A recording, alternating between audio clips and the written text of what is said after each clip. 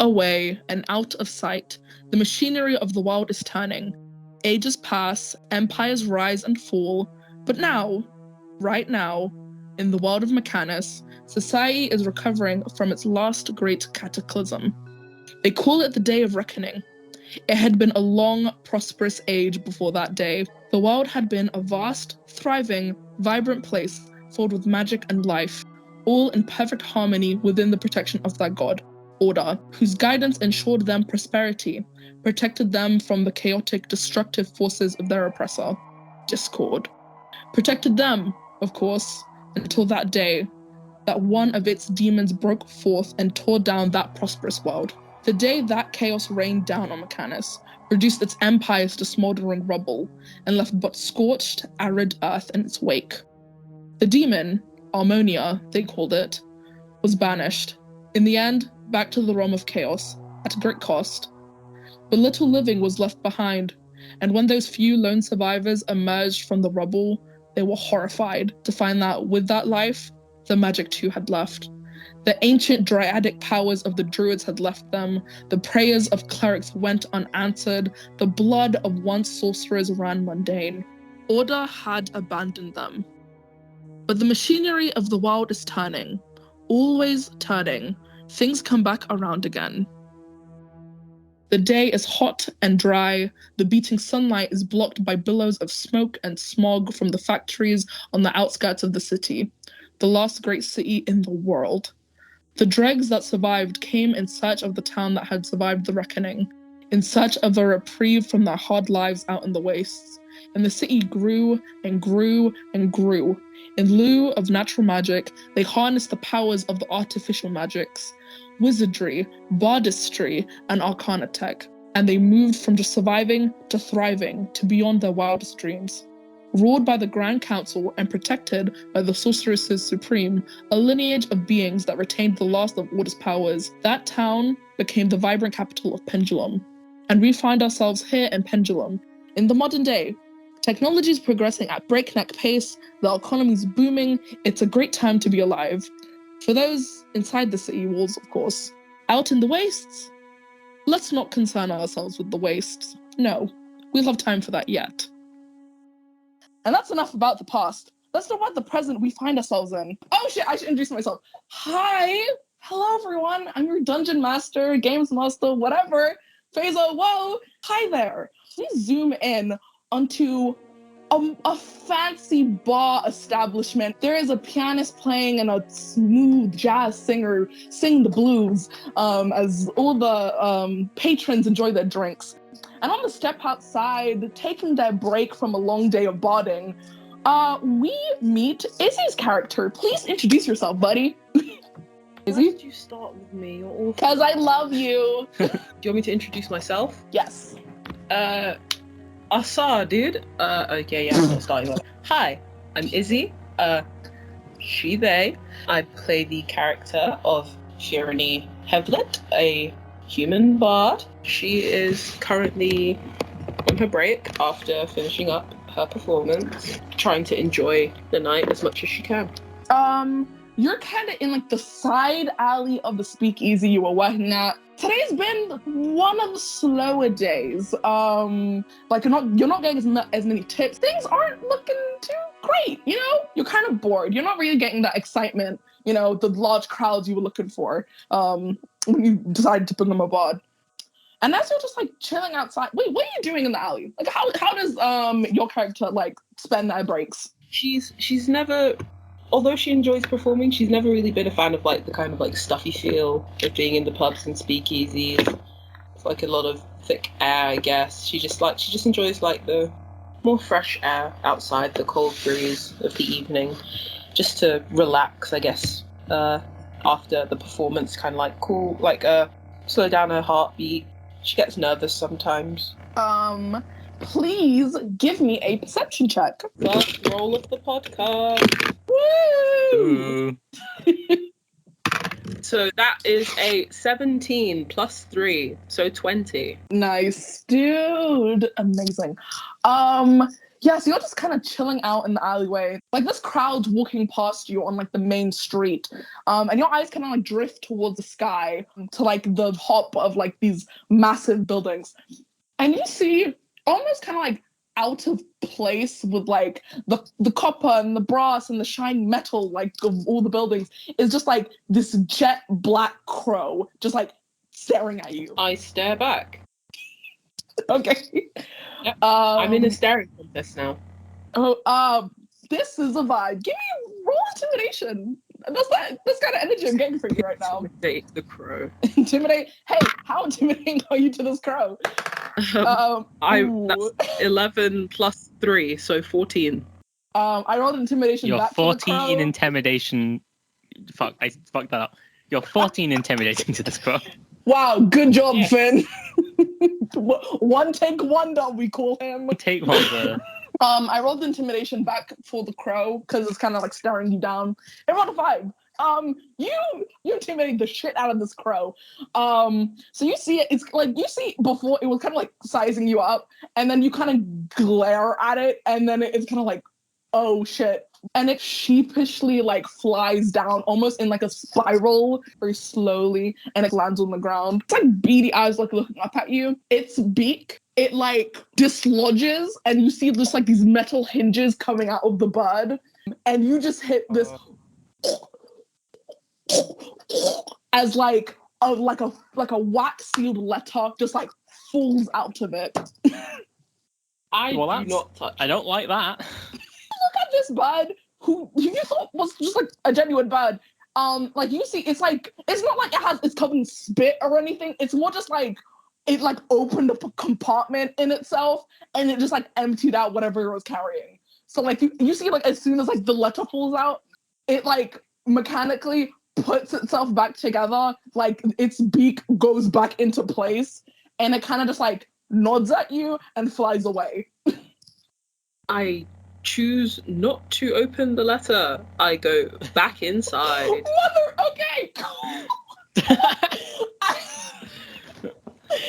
There is no podcast. Fyranie is not in the story. That's it, folks. And that's a wrap on Clockwork. Izzi! Cool to adventure? Fuck that. I'm gonna go fucking play my band or whatever and make $5 tips the whole night. I love you, babes, but it's nothing makes me more angry. Fine. No, stick to your plan choice. Let me call you out every time we do some shit like this. Anyway, to the next character I fucking guess. I gave you the chance to let me change my mind. Remember that. She's just gonna Harry Potter you. You're gonna get fucking kidnapped or some shit. I will. Hey, by the end of this, fucking like your character's house is just gonna flood with crows and black. Flood with non-genuine crows. Anyways, as Fyranie walks away back into their speakeasy to play another set, the camera descends down into the sewers as we see all the dirt and grime, waste, sludge around. And in a corner, almost kind of like a little barricade with like a little like makeshift table with like covered in tinctures and like broken items that have been like semi put back together. We see Mia's character. Hey, Mia! Hi, I'm Mio. My pronouns are they and them. And my character is Azathio Prine. He is, I'd say, a 5'8" slimy slime boy. He's tall. You know, but he's wearing clothes, kind of, as much as you can wear clothes while being made of slime. So your first two descriptors for Azathio is he's 5'8" and he is wearing clothes. Really painting a word picture in the minds of our listening audience. Flow. You gotta let the artistry flow, dude. Just in case you assumed he just embraced his slime nature, he does. But also, waistcoats are cool. I gotta set this up. Slimes aren't just like a species. Mm-hmm. Yeah, but like if you're made of slime, you don't have genitals. Yeah, fair point. No dick, no balls, and probably no butthole because he feeds off radiation. This is one of the first things you're saying in the podcast. I just want you to understand. This is how people are going. This is how you're introducing yourself with a fucking TikTok. So yeah, he has no dick, balls, or butthole because he is made of like a dark, gooey, slightly translucent slime. He's wearing a waistcoat and a bow tie, and his hair is almost shaped like dreads, but like slime. And he's wearing snazzy young man, a pointy wizard hat.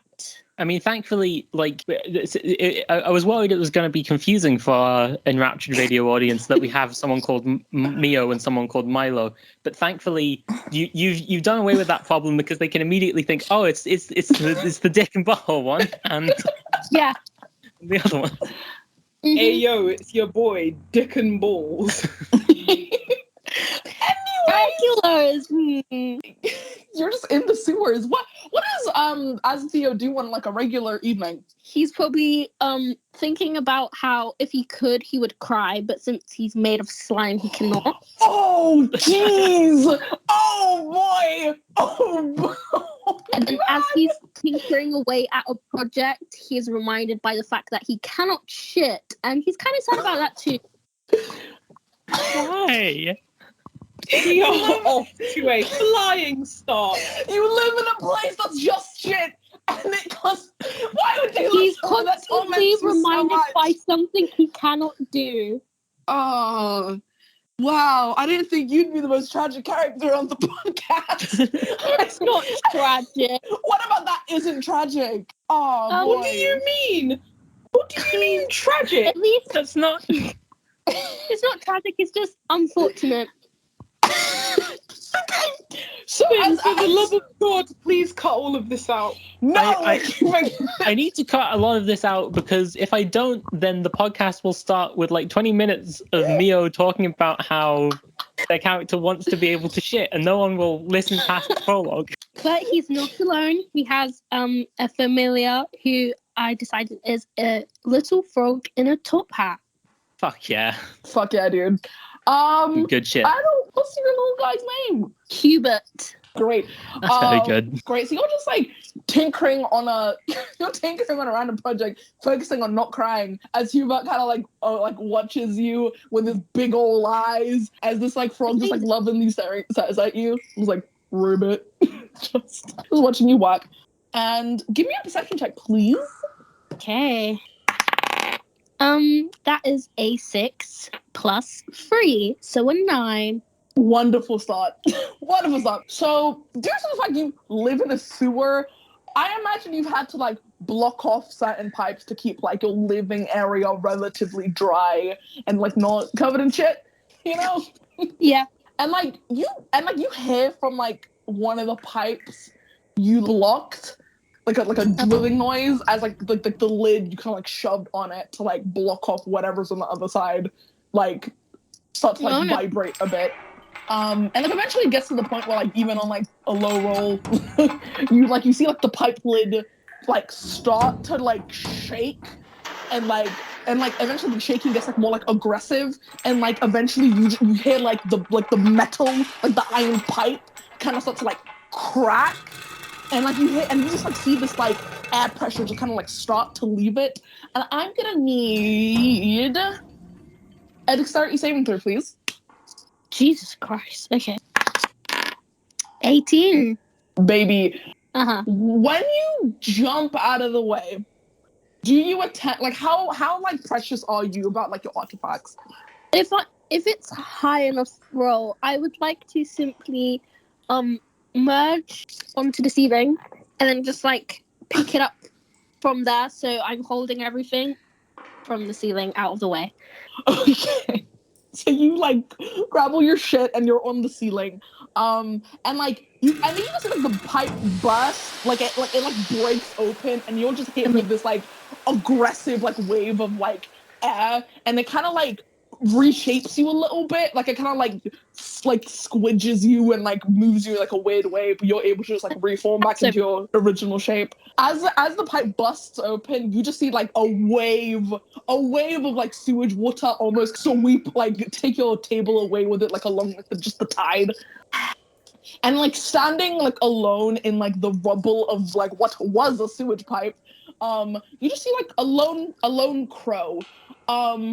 But something's kind of wrong with it, and like the closer you look into it, you see its beak is like upside down, and you see it like clicks into place, almost as though it had been drilling and spinning at a supersonic speed. I'm interested. I see it's mechanical. I don't want to take it apart. So you just like move towards the crow. You see it's like staring at you. Does Azathio have eyes? Yes. He has eyes. Slime eyes. Slime eyes? So it's not just like a floating slime eyes. eyeball. Your classic traditional slime eyes. So like, I like to imagine. So you know, like those steampunk goggles. Right. That's where his actual eyes are, and then it's just surrounded. That goggles. His eyes are just goggles. No, they're in the goggles. He secured them in the goggles. That is so scary. So he doesn't just lose. If they weren't in the his goggles, would they be jiggling around because they're made of slime? They would jiggle around. That's unsettling. I really hate that in like episode 1, the phrase, so do your eyes just jiggle around is something we have said. Cause this has created an unsettling mental image. I don't know if I'll recover from this. Incredibly cursed. So you go towards it, I imagine with some kind of like tool to like pick it apart. And like before you can even kind of like touch it, it like dislocates its jaw and kind of like opens up like a compartment, like the jaw of like not the jaw, like the beak, like the bottom part of the beak kind of like splits off from its face, and it like connects down to like its underbelly, where it just kind of like opens up like a compartment, and you see just like a folded up wax sealed letter in it. Okay. I am intrigued. Can I hold the bird in one hand and pick up the letter with the other? I'm wearing gloves, by the way, or everything would dissolve. Give me an animal handling check, please. Oh no, that is a 6. Does animal handling apply to non-genuine crows? I imagine it's like it's crow-like. That's fair. I imagine it's like pretty menacing to have a slime man like inch towards you. So it like tries to bite you, like it tries to peck you, but it just kind of like sloshes through your like slime. So it is just like. No, I'm wearing gloves, so it would have pierced my gloves, and now like I'm seeping from my gloves like icing. You're just dripping. Oh, this is terrible. Not dripping, but it's so bad. When I touch things with that glove, I will start burning it. So it would have. We've been just talking about Azathio for like 5 minutes, and we've already got all of these horrible, horrible phrases out. You're going to be talking about them for like, you're going to be in this campaign for like a year. Yeah, just basically for it to peck into my goo, it would not be very nice for it. Peck into my goo. God almighty, why? I'm sorry. Okay, so you inch towards it and it pecks your glove, and like acid kind of starts to like burn from it, and like you can see like the beak of the bird is kind of like singed a little bit, and you can just see like the like polished coating of the beak kind of like melt away as you see just kind of like a bit of like a metal like frame like underneath it. And you get the vibe if you try and touch this crow, it will fucking attack you. I pull that arm away and I try and open the letter with one hand. Everything's washed up, so I don't know where my spare gloves are. So that's great. Okay, you open the letter and it reads, I don't write stars this off the dome. Hello, potential business partner. The great the Great Sorcerer Supreme requests your presence in 3 days' time at her quarters at XYZ address. I don't think one. At whatever address. XYZ? I know Yeah, that like place. make one up, Faisa. This I'm busy. I'm Be thinking of creative. make one up in the moment. Okay. I can make up an address right now. Okay, at Spring Conk Avenue, 31st Street. I don't know.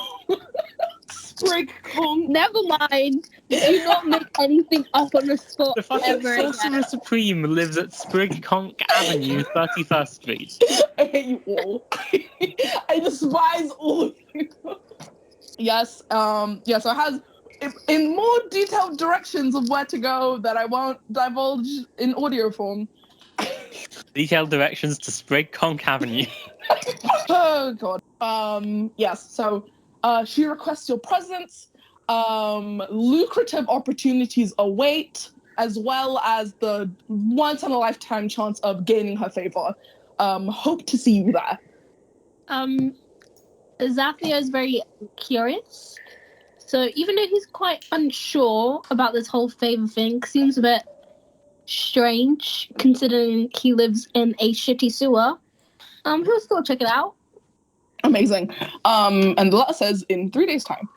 So Azathio thinks about it. And with that, we cut away from the disgusting and grimy sewer away to a grand chase happening among a busy market street.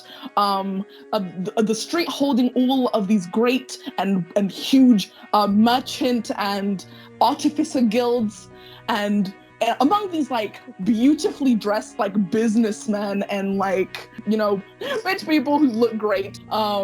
We see Milo's character running away from a loan shark. Hey Milo, introduce yourself, please. Hello, everybody. My name is Milo. My pronouns are they, them. Thank you very much. And today I am playing David Stalment. He is a small man. My character is a halfling, and among this wonderful merchant market of regularly sized human people, and here he is running along. He's got a shirt, some office shoes on, and he's carrying a little briefcase. He's running away from these scary loan sharks. God, we are good at character introductions. So far he's wearing clothes and he's got a shirt. Ben, you have to let the artistry form, okay? Jeez. And he's short, don't forget that. He's a short And he's businessman short. with He's a short a briefcase. Yes, you're running through these streets, like, out of breath, running as fast as you can. This chase has been happening for, like, a while, and you hear behind you, four loan sharks, each holding, crowbars, be like, David, once I get you, you're dead! Give me my money, you crook! As these, huge, these are, elven, fancy, elegant, elven half-elves, but they are fucking, jacked. They're huge. It's scary. And you're running away from that. What's going on through your mind as you're running away? I'm just thinking, oh my god, I'm so sorry. I promise I'll pay you back. That's what you said 2 months ago, you liar. That's just running away from. Someday. Don't worry. Okay, I'll get you your money. And we're gonna get your kneecaps, David. No, I need those. Hey, buddy, give me a perception check, my dude. Oh, okie dokie, let's do this. First roll of the show. What are we doing here? It's a show. Show. Oh, we're starting off strong, are we? starting off strong. That's an 8. Oh, dude. 3 plus 5. Let's go. For a split second in an alleyway, you're running kind of parallel to, you kind of it just zooms past you. You just see a black shadow, and you're just okay, whatever. I need to focus on not dying. And as you're just running, I imagine your character doesn't get a lot of sleep. No, he does not. He's always on the lookout. He's Yes. Just this Thai businessman. And as like you're running away, eventually, actually, give me a dexterity check, please. Oh, Faisa. Yeah, you're a halfling. You should be good at this. Okay, that's a 17. I'm gonna start rolling on my notepad because that is very loud. Yeah.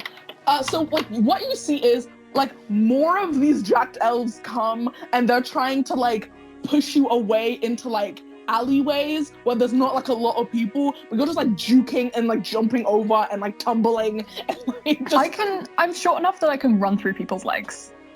Yeah, you're just juking these. That's the only advantage I have. Their legs are incredibly long.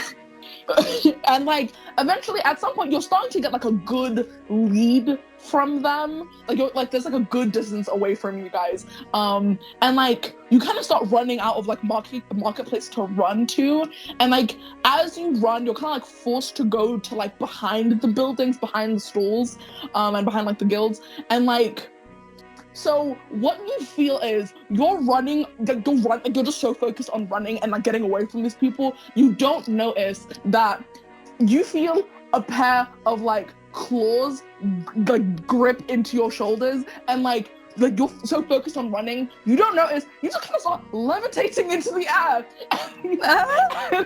And before you know it, you just see this like, it doesn't make sense size-wise. I don't know. But you just see this like, no, I can't express this enough. Average size. It's not like the size of an eagle. An average size crow grabs you and just starts flying away with you. Like just above the buildings, away from the people who are chasing you down. And you're just kind of like dangling as this fucking strong as fuck crow is like carrying you away to God knows where. Oh my god. I am incredibly high up. Oh, okay. Okay.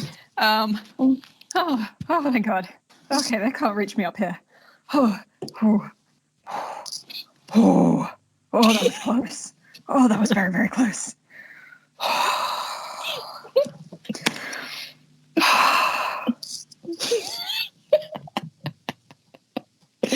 And yeah, this crow is just like flying you like above the, like you're just getting it's like scary situation. You're also getting just like a very nice view of like Pendulum, like as like the city. Like, very nice. I'm scrabbling, just trying to keep a hold on because I do not want to be dropped. But you know what? I think I'm sort of looking around. Oh, okay. Terrifying. Hi, I'm a very small man. I've never been up this high before, but it's quite pretty. It's nice. You can see pretty far. Okay. Okay. Unlike regular sized people who fly all the time.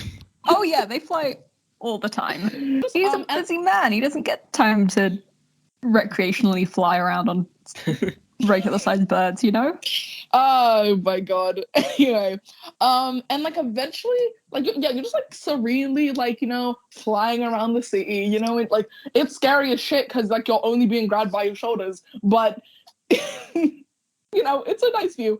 And eventually, this crow deposits you on just like on top of like an apartment building, and it just kind of like looks at you and gives you just like a nod, just like looks off. Thank you. I sort of give him a little curtsy. You see the crow bows back at you. Oh, fancy. And then it dislocates its beak, and a compartment opens up, and a folded wax letter is inside. Okay. I take the letter from its beak and I open it very cautiously. Very cautiously. It has like the same contents as like the shit I read to Azathio, but I feel as though this is something I think you've noticed. Give me either perception or investigation. Okay, that one will be a perception check. Not that it really matters. It does matter because that roll was a 2, so that's 7.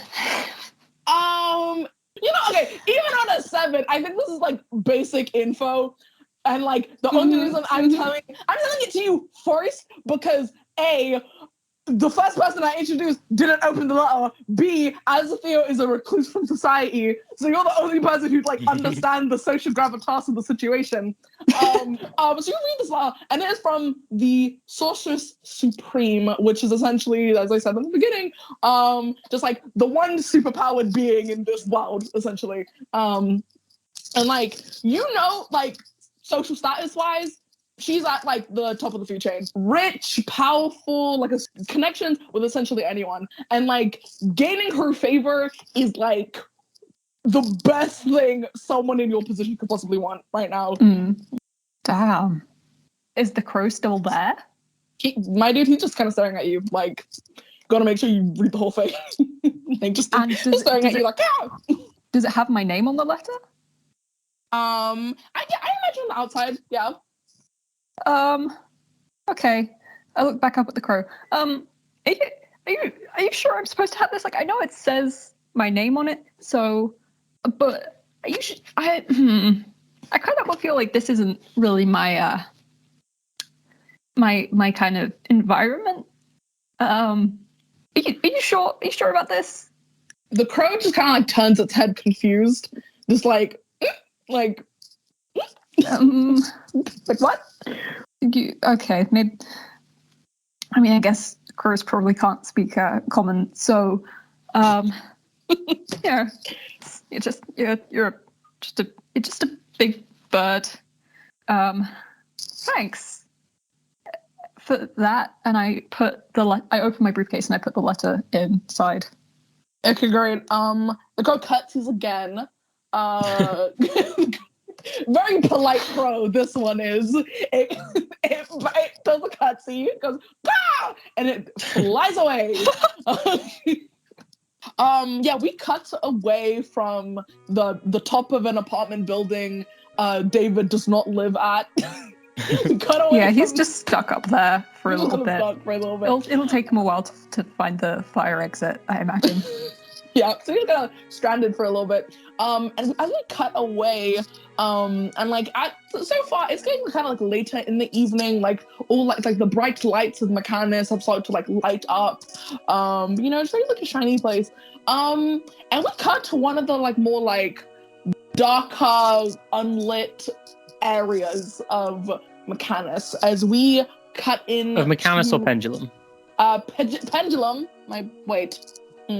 As we cut to a construction site, and it's filled with a ton of like these burly workers of like Goliaths and half-orcs and like a couple of tieflings who are just jacked. And we cut to on like a steel beam eating like a sandwich. In the dark? There's like a lantern. There's like a soft candlelight, not like Why any. Are you working at night?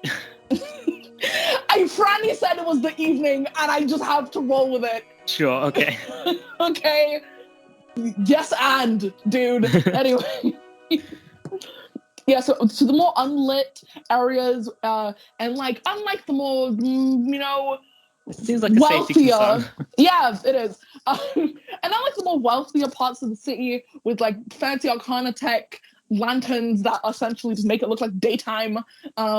You're just working by like torches and like candlelight and shit.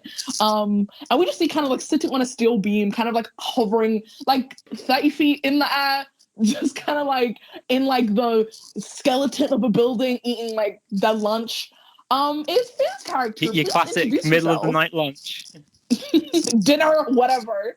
A snack, Anyway, Finn's character. Introduce yourself, please. Hi, I'm Finn Else-McCormick, he and him. And I will be playing Ezekiel Lupus Saul. You have to pronounce that like that every time you introduce yourself. Every time. He is a sort of older half-orc man. He's in his sort of mid-40s. Sort of tall and built by general standards, but sort of average for a half-orc. He looks slightly run down, like the world has maybe passed him by a little before his time. And he is here working on this construction site in the middle of the night for some reason. Yeah, so your construction team, the construction company you're working for right now, is currently building like a new skyscraper for like a fancy schmancy like merchant guild. And you currently are on the night shift, so you're just working the night away. Essentially, since it's a lot easier to get hired for night shift jobs than day shift jobs, since it's kind of like the jobs nobody really wants. Yeah. Of course, what's Zeke's deal? How's he feeling? How's he hanging out on the steel beam? He's enjoying this brief moment of peace. That's it. All right, cool. I don't know what more to say, man. I don't know. What's he eating? Fucking paint me a picture. Bread. Plain bread? Maybe he's even got something on the bread. Maybe, he's coming up in the world level. Whoa! Something on the bread? What a treat. I don't know what food is like in this world. Yeah, because it's not like people had food in the 1920s. That's crazy. No, they didn't. The food was invented in 1961. It was invented in 2009. Yeah, no, how could I forget? Early 2000s. It was a joyous day when they invented food. Yeah, so you're just like quietly enjoying like this moment of peace. Give me a perception check. Okay, time to roll the loudest goddamn die in the world. I'm gonna even do this on the mic. That is a natural 8. Let's see what possible. Oh, okay, that's a 12. Great. Also, give me a dex saving throw. Oh, good. Shit. Fuck. I've already dropped. Just elegant and graceful moves like a ballerina. Okay, well I dropped it and it landed on a nat 20 on the floor. That doesn't count. Fuck. You bastard! You know that doesn't fucking count. Fine. That's a 10 plus 6. That's a 16. Cool. So you're just kind of like idly like looking out, like looking beyond the horizons, like up in the air, and like you're at like a vantage point where you can kind of see like where Pendulum stops and the waste begins, and you're just kind of seeing that empty desert space looking out into the distance, and you're past. And then like right next to your ear, you hear a loud squawk! And like you almost fall off the metal beam you're sitting on. Like, I throw my piece of bread with something on it by accident as I go. Fuck. Let me roll something really quick. I was going to roll to see if the crow dodges. It got a nat 1. What you see is you accidentally throw it hard enough that you throw the crow off of the beam, but then like a couple seconds later it like flies up, but like the like bread has been like kebabbed through its beak, so just like covering its face like a mask is just like a loaf of bread, and you just see the fucking crow. It's a loaf of bread. I'm just sitting here on a beam eating a loaf of bread. An entire loaf of bread. I was gonna record it. Yeah, you're just that kind of freak. Lunch. Bread. I dekebab its face and say, so many cuss quotes are coming from those. Sorry, I put it down to my side. So what the fuck do I see exactly? You just after smacking it and unkebabbing the bread off its face, you just see a jet black crow just kind of staring at you. What's the vibe I get off this crow? Does it seem like just a fucking crow? Okay. That's not one. This is just What's my insight? My insight's +4, so that's a 5. Cool. You look at it, and this is the most darling little crow you've ever seen. This helpless, tiny little crow, just kind of like staring up at you with its like big old eyes. Sorry, you startled me there. I inch slightly away from the crow. And like, and you like slide away from it, and like immediately as you start to move away from it, it like walks towards you, and like as it walks towards you, the compartment I've described 3 times before starts to open up as it dislocates its beak, and it like from beak to underbelly, this compartment just like opens, and in it is just like a folded up wax sealed letter with your name on it. Okay. Hey, Alan. Yeah. Is this... So I tapped out there for a while. You know how I am with the newfangled technology. Is this a normal thing? What do you mean? What do you mean? This fucking crow. This crow just opened. I'm gonna need a bit of elaboration. Are y'all Zeke. opening crows these days?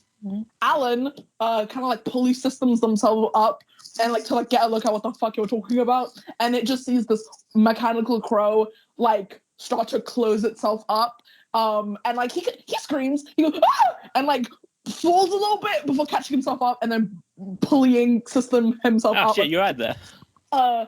Yeah, I'm good. I ain't ever seen no ding dang crow open. No ding dang crow. No ding dang crow specifically. Pretty sure not a crow. But that's just my opinion. Hey, Rick, I'm gonna need your opinion. What? Yeah, Rick, get in here. This guy, as many random NPCs in here as fucking possible. You just see like 5 like older men, just like no. You see like 5 older men and 2 older women that come up here, and like one go and Rick goes, well, it looks like y'all seen this fucking crow? Rick goes, it looks like a noble crow to me. What do you think, Nancy? Man, I don't know. It looks like a crow, but its eyes are scary. It's a good podcast. That's the eyes of a soulless one. Let me tell you now. That's the eyes you see on a swamp snake or some shit. You know, the devil. And you just see like these like people who are around at the same age as you just kind of like start like bickering among themselves, being like, "That's not a crow. Is that a crow? It's not, but it looks." I finally weird. Noticed the latter. Yeah, great. So like just amongst this like just wave of noise, you look at the law, and it's like a beautiful white envelope with a wax seal on it, with your name written out in nice cursive. Huh. I open the letter. You opened the letter, and the same message: great opportunities come to this address, which will not be named. You know. And then give me an insight or investigation. That's going to be an insight. That is an 18. The parchment of the paper is like very expensive. Like you can tell this is coming from like a very like wealthy, rich, whatever. You've heard stories of the Sorceress Supreme. You don't know a ton about her in any way. But here's one thing you find kind of strange. Ever since you got this construction job and like you left prison, you've been like pretty on the down low, I think, right? Like you're not like super like about your business, and you just think it's weird that like a woman that high up in society knows like just your existence, you know? It's like if the queen personally was like, "Hey, Finn, how you doing, buddy? Can you do an errand for me?" Like, you know, just the weird social class difference is just like taking you out. Like, kind of sus. Okay, I pocket the letter and sort of kneel down by the crow and say, "You ain't a real crow, are you?" Shouts at you. I sort of pet it and say, "Well, thank you for this, Mr. Whatever you are. Yeah, thank you." I go back to like eating my, I guess, loaf of bread, and then think, "Oh no, that's been on a not crow. That maybe isn't the best idea." Yeah. The crow like nods at you and flies away, and then as like after you have that like exchange, you hear like Alan in the background go, I think Zeke's hallucinating. He's talking to birds." He's not birds. I'm always talking to birds, Alan. Get used to it. Oh boy, Zeke. And on that note, as your construction co-workers judge you, we are going to cut away. We cut to 3 days later in front of the Sorceress Supreme's grand estate, which is like a huge apartment complex building. There's like moving bits, like you see there are like crows flying in and out, each holding like different packages, and like random pipes shooting out steam. And you see just like outside of the building, or just like two like nicely dressed Aarakocra. You three are standing here at the appointed time, and then like a little bit down the street, you see a woman getting lightly pecked, you know, kind of like ganged up on by around this like very full aggressive crows, kind of just like yanking them and like pulling them in the direction of the building. And for like, how hard would you say you're fighting against these crows? And did you eventually get around to reading the letter? The letter's still. I put it in my back pocket. I'm fighting against these crows so hard. So 3 days later, you still haven't read it, and you're just being dragged to a mystery location by these fucking birds. Very, very cool. Yeah. So Fyranie, give me a strength save, please. 5. Oh boy. Oh boy. So you see the crows let go of you, and you think, okay, fine, I'm gonna be left the fuck alone. And then it turns out, as you look behind you, these crows have just decided to like group up and shove you one time, like a real big push, and you were just like, and you just fly, like just such an aggressive like shove, and you were just like shoved into the arms of one Zeke in front of this building. You out there? Hello. Sorry, apologies, birds. I put them down. Yeah, you say fucking birds, and these crows look at you like, ah! like I flip off the birds. the birds ignore you and fly back into their building. You see, there's like go. Azathio. When you exited the sewer, did you exit like a couple blocks away, or did you just kind of like slither out immediately in front, or like what was like your deal? I slithered out immediately in front. I just kind of goop up, you know, like... Zeke hasn't noticed them yet. Zeke is just standing here with this small man. I'm not fully formed yet because I've just swapped over. So David is just staring at you. He's confused and very uncomfortable. As I fully form, I just tip my hat. Well, do y'all also get those letters from the... Oh, Jesus! What the fuck? Oh, fuck. He's Did not you- phased. I did knock something off my desk. Sorry. This is more of like a private-esque estate. Like, it's not just like a building on the street. Fyranie, you were aggressively shoved through the gates and like kind of pushed towards the building. So there's no one really around you except for like the couple of like guards in front of the door who like... Hello, gentle people. Birds. Gentle but hello, fellow living creatures. I require some gloves, some thick leather gloves to be precise, so I do not burn anyone simply by touching them. These guards like aren't really phased. That actually, give me a position check. That is a beautiful big old 10. I'm saying these Aarakocra, so they just kind of like shrug and like look, and like they kind of like show you their hands, and you just see like these dainty, not lace. I was gonna say lace, like these white. Yes, they are wearing these dainty lace see-through gloves, and they just kind of go, no, we could order some. Is that what would you like? Would you like leather gloves? I need something better than lace or a sign. No, that will burn immediately by touching me. Hope for the best. Zeke stands up at this point and says, "Are you like a guy or like a thing?"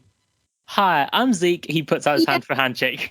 I simply tip my hat at him. I go, I am both a thing and a guy, and also not a guy and not a thing.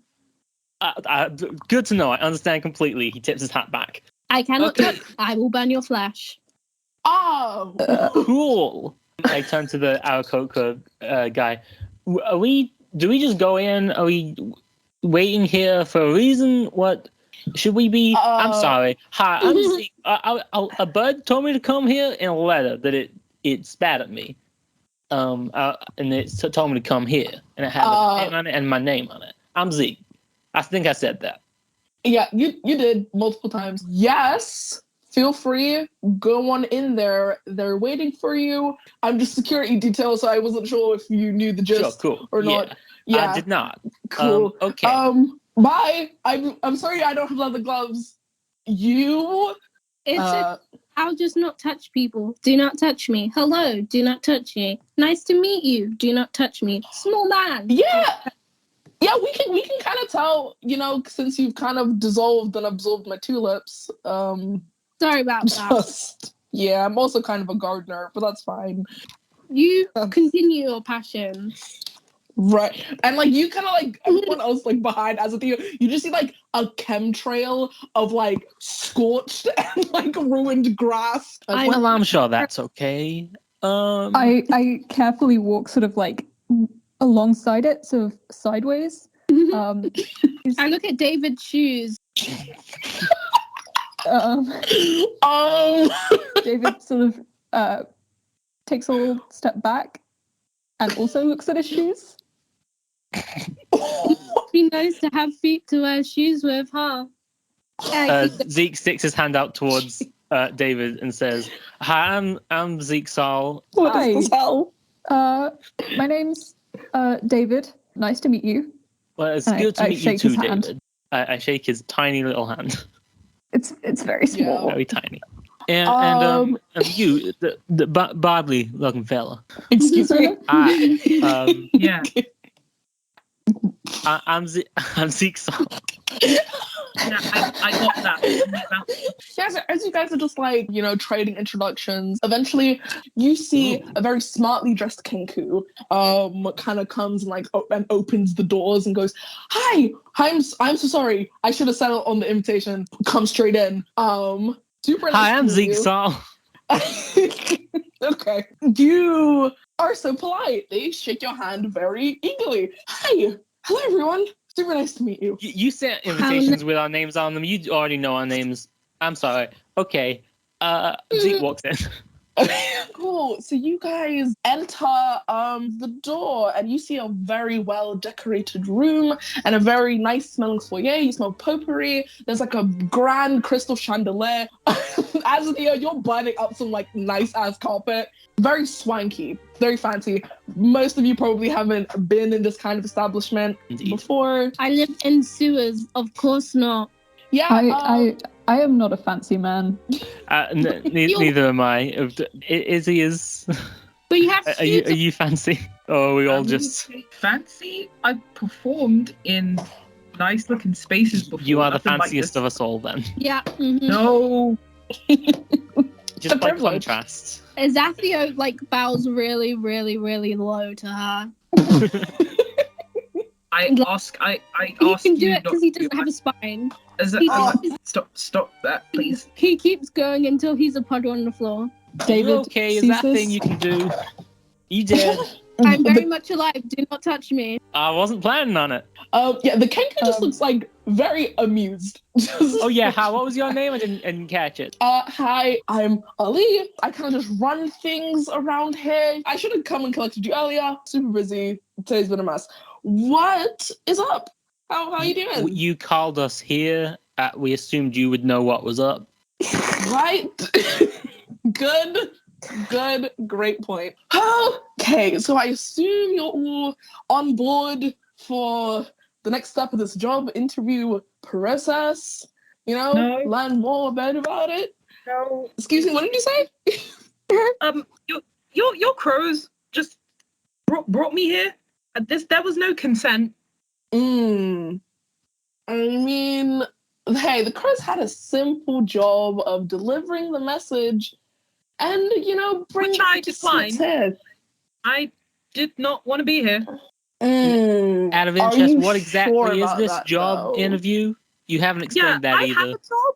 I'm employed right now. I do too. Yeah. Yeah, okay. Okay. Essentially, you have been chosen, lucky you guys, to do some contracted work for the Sorcerer Supreme, Khadija Cogsworth. I'm very jealous of you guys. Yes, you just be doing Why? some You contracted work also for her. work for her. Yeah, of course I am. But like, you gotta work up the ladder. I wasn't just like plucked out of the random masses. This is like a one in a lifetime kind of thing. She rarely ever like goes after people. So this is like crazy. Yeah, but why were we chosen out? I have a life to live. I feel like this isn't really my place. Why? Hey, I'm not the one who chose you, so I can't exactly speak on our wonderful mistress's behalf. However, she's the Sorcerer Supreme, the guardian of all, the keeper of order. I'm sure she chose you for some kind of important reason. I'm more of a follow orders, don't ask questions type of gal, but I'm just I find that quality horrible in human people. Good thing I'm not a human. And she finger guns at you. Get it? Because I'm a bird. Yeah. See, this guy gets it. Well, this has been fun. What's happening here? Oh yes, sorry, bird brain. That's a joke. That's the funny little bit of humor. Yeah, I'm right. We have fun here. So essentially, I'm just here to answer any questions about Sister Supreme and bring you up to her tower. Also, you need to do some paperwork before you go see her. That's not super important. Don't worry about it. And then she goes behind the desk and she takes out these huge stacks of paper and puts them into 4 piles. And she kind of grabs a pen and goes, "Whoa, yeah, some light paperwork. It's just these NDAs, some non-disclosure agreements. I mean, you should sign them. In regards to what exactly? Any info that we would not like getting out, you would be contractually bound to not leak that info. I have a crazy amount of info leaked about this. So sign these, chance of a lifetime.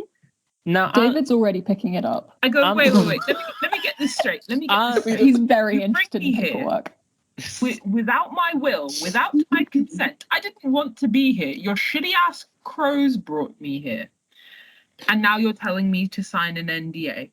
Let me tell you now, the crows did not like you either. Hey. Okay, hi. Sorry. So you. Now I'm not well versed in the ways of the law. I believe to have an NDA, the person signing needs to know what they're not allowed to DA. No, yeah, wait. That's how they work. 1 second. Anything you don't want us to say is a bit too broad, and you haven't told us what it means. Okay, that's fine. This NDA is more of just the golden rule. Don't be a dick about the info you will learn today. Okay, so that's the legal language of that is don't be a dick about it. That's Really sound you like can an call us off on it if you regard us as being a dick. That's the layman's term. The main thing is just no leaking any personal information about Khadija Cogsworth. Just honestly, even meeting her is crazy important, and we just can't have any sensitive info being spread around. Once again, I am employed. I have no reason to wish to be here. I feel like maybe you're not understanding what's happening here, and that's totally cool because my job is to explain that. Essentially, a very powerful and rich person has chosen you to do a job for them. I've already signed it. Do you not? Hey, does that already? not click to you how sketch that is? Hey, Slime Dude, you are my favorite. Did you not even read it? No, I don't. My signature means nothing. It just makes them feel happy in their hearts. You should start. Actually, Azathio, give me a insight check really quick. Okay. Oh, that is. First of all, that was a nat 20. Oh So- boy. Oh goodness. I was gonna ask you to do a following Arcana check, but never mind. Because as you sign your name and just like whatever names have no meaning, you just see this like a faint glow in like the words as like you write down your name and like I don't know what your handwriting is. And like how do I say this? You feel as though like magical constraints fall upon you, and not in a way where it's like, oh, I'm in pain or whatever. It's almost like, I suddenly don't want to do a certain thing, but I don't know what that thing is until I try to do it. So, very fun for you. I go, so what are like the constraints of signing the contract? Like, It's fine. This is just making sure you don't spread your mouth. I can physically spread my mouth very far, but I will not. Because I'm an honest and open person. Just so you know, Now I technically do not have legal citizenship in this country. Therefore, if I do a signature, it doesn't really mean much. They are like a slime individual. I Yeah. don't know that slimes are recognized legally yet by the legal system of the land. I live in sewers. I'm off the grid. So this signature can mean a lot to you if you want it to. Hey, and Ollie goes, hey, I just want you to know, Khadija really respects that you're not following the government's whatever, just free of Khadija is the government. Technically, not really. She's more like a free moving agent. She is the only government figure that I would recognize. I mean, well, then I guess you don't have an accurate view of the government. You know, I mean, that is fair, but still. you know, could you just kind of in a very like interesting position, being the only person with like sorcery, ancient natural magic, but they're not in any kind of position of power. Their title has the word supreme in it. Yeah, but that's not. It's not like she can like sentence you to death or you know what? She'll clarify. That's not my job. I wasn't here. suggesting that, but it is now a possibility in my mind. Yeah, Good. that sounds. You sound a little. Lady bit doth uncertain protest about too that. much, perhaps. David has picked up one of these NDAs, and he's just like sitting on the floor reading through it. He's just looking for any more information about like how it will affect us. Zeke is sitting down on the floor next to David, as David is sort of meticulously going through this contract, just sort of squinting at the first page. David is on his second pass through. He reads very quickly, and he especially likes legally binding documents. He's also asking, "Hey, like what? Just like out of interest, what happens if we break this contract? Like, what happens to us?" You will probably get sued. You know, and like we got good ass lawyers, so. And do we what are we getting for this? Oh my! I can't say the exact numbers because I'm not the one who really wrote the contract. But like, let me just say, as someone who actively works here, very comfortable payment. I'm sure once you actually talk to her, that's when you'll be able to nail out the details. But if you want to meet her and maybe get the chance of a lifetime, probably sign the NDA, please. Yes. And like, she kind of just like scooches it towards you. Hey, Allie, was it? Yes. Is this on the level? Is this, Zeke is making a lot of gestures and sort of moving his eyes side to side. Is this what? Is this? Yeah, Zeke sort of gets slightly closer and says, "I'm not in that life anymore. I don't want to. Is this, is this Are you know? are you insinuating crimes, sir? Criminal I did not say crimes. I did not. Okay, so about the non-crimes you are insinuating, I can promise you now. Khadija, well, okay, I don't promise you, but But probably nothing she is doing is illicit. Essentially, it's just kind of an adventuring gig, but it's a gig from an insanely powerful and rich person. I mean, like, this is like... Okay. I feel like you don't even understand how crazy it is. Okay. Sure. Zeke takes it and writes his name in block capitals in the place where the signature. Amazing. And then she turns to go... His handwriting is not good. It goes very far out of the area designed for the signature. And just like Azathio, as you sign your name, you just feel like these magical constraints on you that like compel you. Oh, good. Yeah, but not in a painful way, more just like an emotional way. Yeah, it's like, I suddenly don't want to talk about a certain subject, but I don't know what that subject is. Weird. That's called emotional repression. In that case, Zeke does not notice it. There's no change. Love that. Yeah, and then Ali turns to Fyranie. Look, it seems like this is a good gig you got going on here, and you seem nice, but I've lived enough adventure in my life.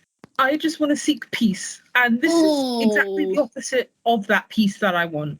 But this is such a good opportunity. I mean, like, when do you get a chance to talk to someone this high up in society, you know? Like, I thought you just said they weren't high up in society. You just said they weren't the government. Socially, Khadija has a ton of connections, agents, other bards and superstars and whatever. If you wanted to find somebody, you wanted to meet somebody, she is your person. Just a connection networking highway. That woman, that's not a great metaphor. Fyranie flinches slightly and goes, you can get me anyone. Yeah, basically. She kind of takes a deep inhale. Kind of like is extremely hesitantly signs the contract. Wonderful. And as you sign, you feel these magical constraints. Ali looks very pleased with you signing, and then she kind of turns to David Tennant. Not Tennant. I mean, I'll take it. Doctor Who. We were doing. I can't do a Scottish accent. Sorry, Dave Stalment. How about you? Yeah, he looks up from where he's still sitting crisscross on the floor. Just out of like curiosity, I guess, because we were all like brought here in particular, right? Like we were chosen for this. Mm-hmm. Why? I'm not exactly like an adventuring kind of guy. So like if she just wants some stuff done, I don't know why I would be here. That is a good question, but I'm not the one who chose you. Yes, I'm very sorry. There's only a certain limit to my knowledge. I can say with absolute confidence, she chose you for a certain reason. Okay. Guess I'll have to trust your word on that. Please do. Yeah, he signs the papers. Great. And you just feel magical constraints. Magical constraints. Mental ones that make you maybe not want to talk about certain things. Emotional repression. Yeah. So you all sign it, and Ali, with lightning speed, takes all of your contracts. Change your mind. And they hide them away in this little desk. And yeah, they just kind of like take you up this long winding staircase, and you go through like a couple corridors with like these immaculate portraits and trinkets and like trophies. There's like a couple of like statues, and like there's a couple of like framed article clippings of like Sorcerer Supreme saves the day again, of like her stopping a fucking meteorite, of her like stopping a flood, of her like just like her doing all this like heroic stuff. So it's just very much like self-aggrandizing like memorabilia just kind of placed around. You may roll perception, investigation, whatever you feel like if you want to get any info through your walk. Can I make an investigation? Please do. Cool. That is a 12 plus 5, so 17. Ooh. On a 17, as you're like walking through here, like you can tell like most of the rooms in this place are like showrooms, and this place like does not feel lived in. Like you feel like this is the area for like outsiders essentially. Like you're just learning about like her achievements and like the certain powers she holds, you know, which is just like oracle sorceress bullshit. And eventually Ali takes you just outside of a door, and they go Well, this is where me escorting you. So you just go in right there. Look in there. Future maybe coworkers. And they just kind of okay. Zeke walk back goes on. inside. Oh, okay. Bye, new friend. I tip my hat and I step inside. I go inside as well. Very cool. David is like picking at the hem of his jacket, and then he looks up and sees that everyone's moved inside, and he has to do a little run to catch up with them. No, the door softly closes behind you. You know, a little creak as you see Ollie start to walk back. And you are in a not super well lighted room. There's one light hanging over the room currently, and it's like illuminating a lone desk with a radio on top. And there are 4 seats in front of it. Hello? I don't sit on the seat. Do you want us to sit in these seats? Is the radio something? Is this a test? This might be a test. It's probably a test. Yeah. What's the solution? Zeke is investigating the radio to work out what the solution to this puzzle is. Yeah, no, it's you're just in like a silent room. Sure, give me an investigation check. Okay. It's a 13. There's just an on-off switch at the back of it. Should I turn this on? Is that the solution to the radio puzzle? I'm gonna turn it on. I turn it on. How tall are the chairs? Yeah, it's a Are very they like obvious different difference. sizes? Yeah, you see there's a couple like different sizes. You see there's like one really big chair, 2 medium ones, and like a little itty one that seems about your size. And you can kind of assume the big one is probably Zeke. And Yeah, I'm like looking at the other people, like trying to assign chairs to them in my head. And I go, oh, cool. And I Such go a complex sit down in the small puzzle. chair. Oh yeah. Maybe that's the solution. I sit in the chair. Have we solved it? Have we solved your chair puzzle? Are you here? I just goop into my chair. Oh. I I will never not be disgusted. And as soon as you sit down on them, like around just like 1 second later, you hear like a bit of static kind of like come over the radio. And like you just kind of hear these like muffled distorted voice, like almost as though like someone is like trying to say something, someone is trying to say words, until eventually it like clears up and you hear a voice go, hello, hi, test 0, 1, 2, 3, can anyone hear me? Hi. Are you the thing, the sorcerer? Oh, okay. or the person. Hi, I'm Zeke Saul. I put out my hand towards the radio. Great. I heard a moving noise. I don't know what that was, because I can't see you guys. That's not how radios work. Oh, I felt like you'd have a thing, because it's all like highfalutin technology. Hey, we're getting there, but for now, no. Okay, hi. Super nice to meet all of you. I'm Khadija Cogsworth, the Sorcerer Supreme, and I would like to contract you all to go on a couple quests for me over a 1-year period. God, I've been waiting for this moment for a while. You don't understand how greatly you are needed right now. Goodness. Yeah, so you're probably wondering why I'm not here with you guys, which is kind of a bummer, I know. And I really wish I could shake all your hands and meet all of you in person, but unfortunately I'm not here right now. So I just kind of need to give you guys like a briefing of background info so you can actually make a wise decision whether you want to do this or not. So, okay. The story everybody knows about how Pendulum was formed was essentially that on the Day of Reckoning, Discord and Harmonia the Demon had wrecked the world. And from the scraps of multiple different civilizations that span across Mechanus, Pendulum was formed. And Discord and Harmonia, they went back to the realm of chaos to do their thing. So, fun fact about that, they never really stopped.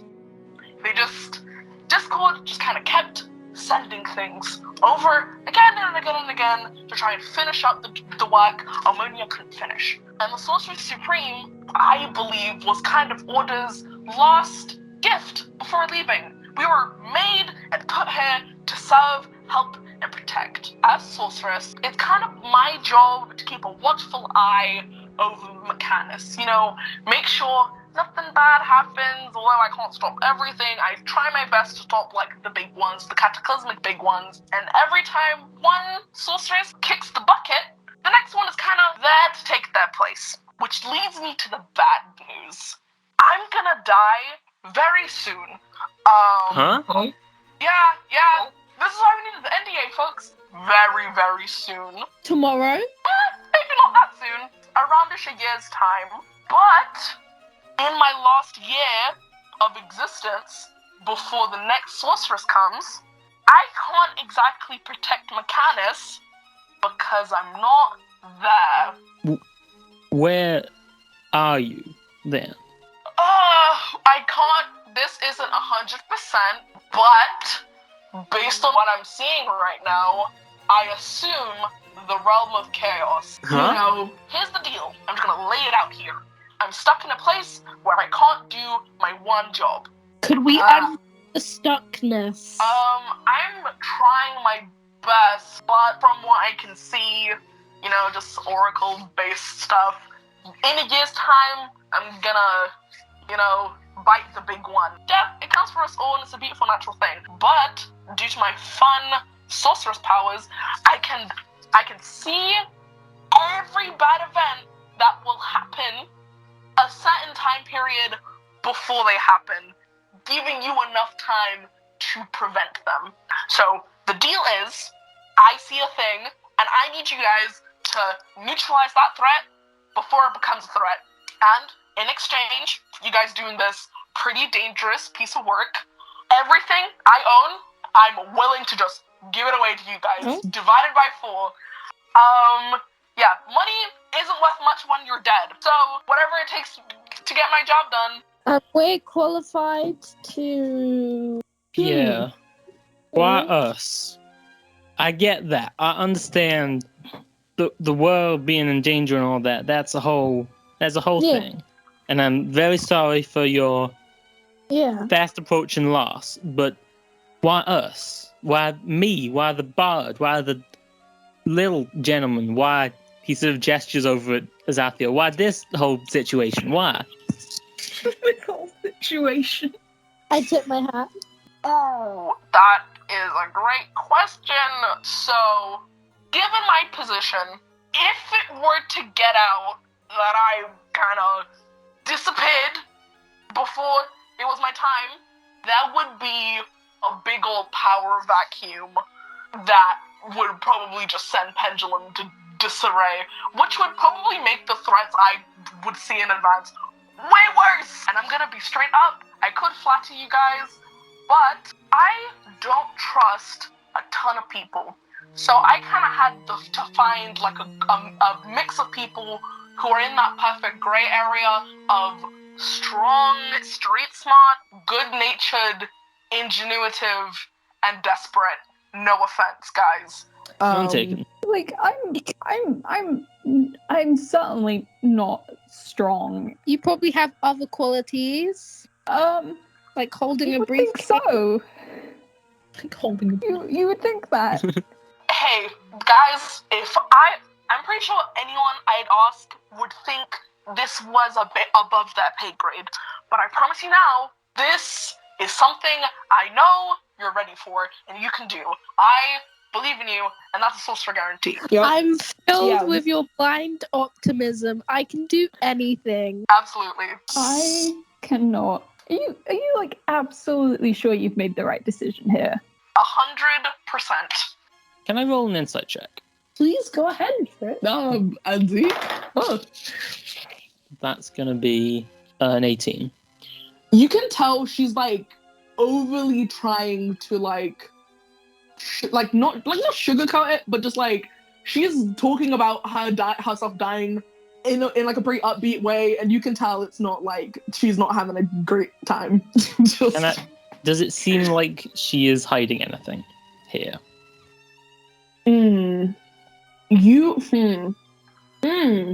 Oh, good question.